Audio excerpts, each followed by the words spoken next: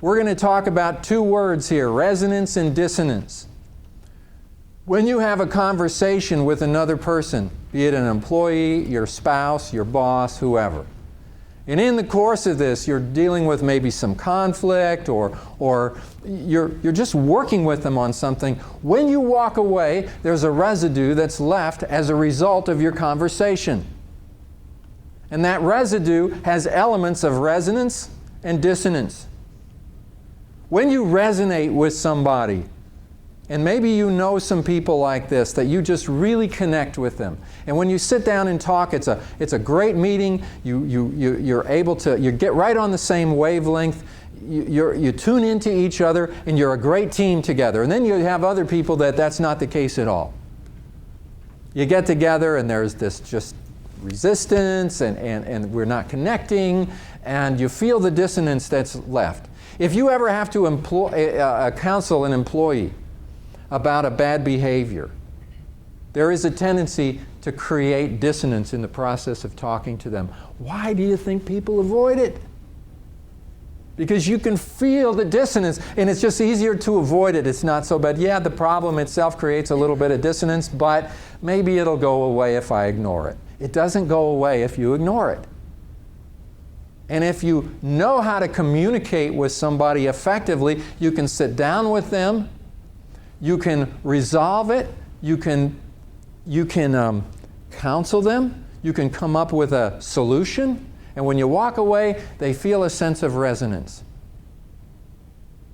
But if you don't know how to do it very well, the dissonance starts to come up and you don't know what to do about it. You blame the employee.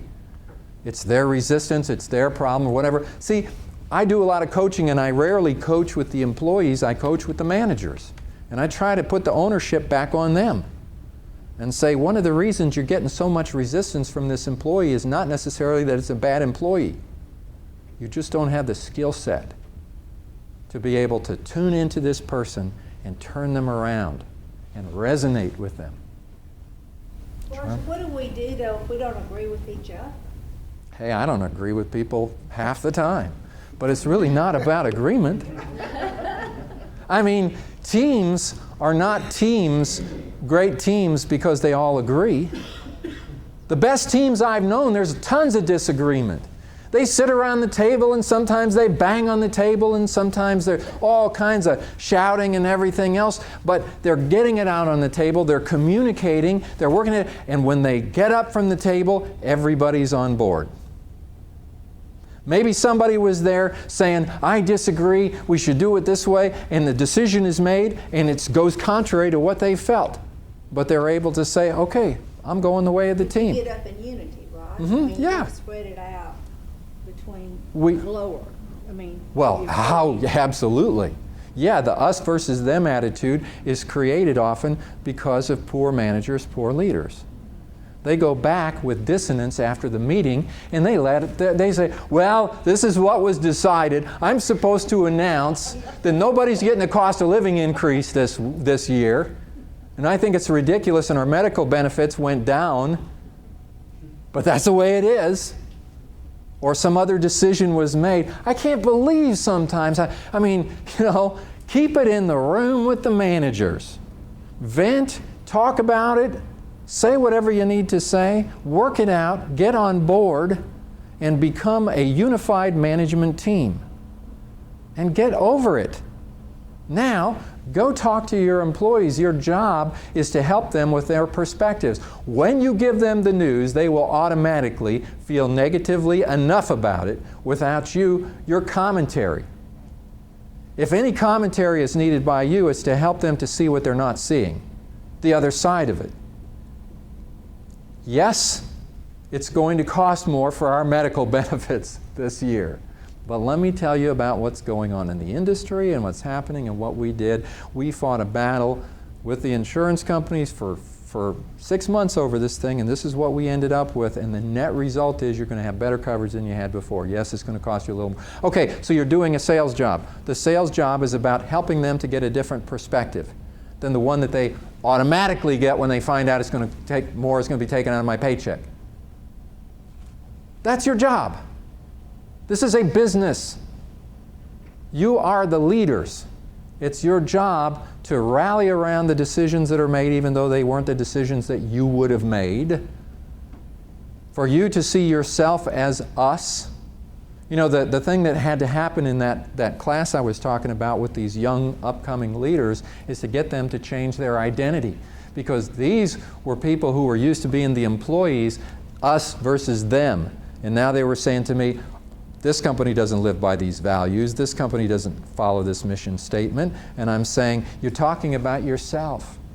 You are the leadership. Why aren't you doing it? Well, it's not me. It's so, well, no, you're part of that group. Do you understand that?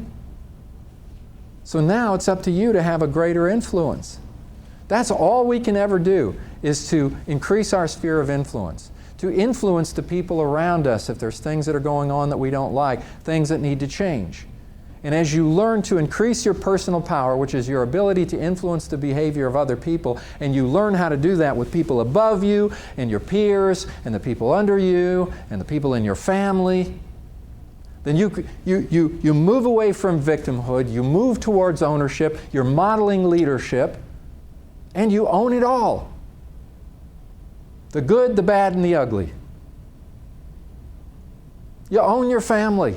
Maybe you don't like the way your kids turned out. Maybe you don't like the way your husband has turned out since you married him 27 years ago. Okay? Maybe you don't like all of it. So what? Just get over it. It is what it is. Accept the fact that this is it, and you own it. Now, figure out how you can be the most positive influence you can on making it better. Every day, we start from here. If you start the day with a negative attitude about everything and you disown everything around you and it becomes us, well, I didn't create this, it's their problem, what a messed up company this is, and stuff like that, no wonder we have problems. We all have to own it. And we get better in the process through the ownership. But our job is to consider that in the act of influencing the behavior of another person, we need to learn how to resonate. That's where the pearl is. That's where the value is. That's where we create value with other people, regardless of who those people are. And the dissonance is the thing that tears down teamwork. And we have to be sensitive to be able to feel it. When you enter into a conversation, to feel the dissonance coming up and to work with it. It's a subtle way. When you're talking about being present, part of being present is being able to detect the dissonance and to minimize the dissonance and maximize the resonance. Not all managers are alike. There's some great ones and some terribles. Anybody ever worked for a terrible manager in your career? The great ones. I mean, these are people who know how to lead. They know how to resonate. They know how to create value. These people don't. They create dissonance at every turn. These people, the result of their leadership is accountability, ownership, and greater performance. These people, it's turnover, complaining, and non-performance.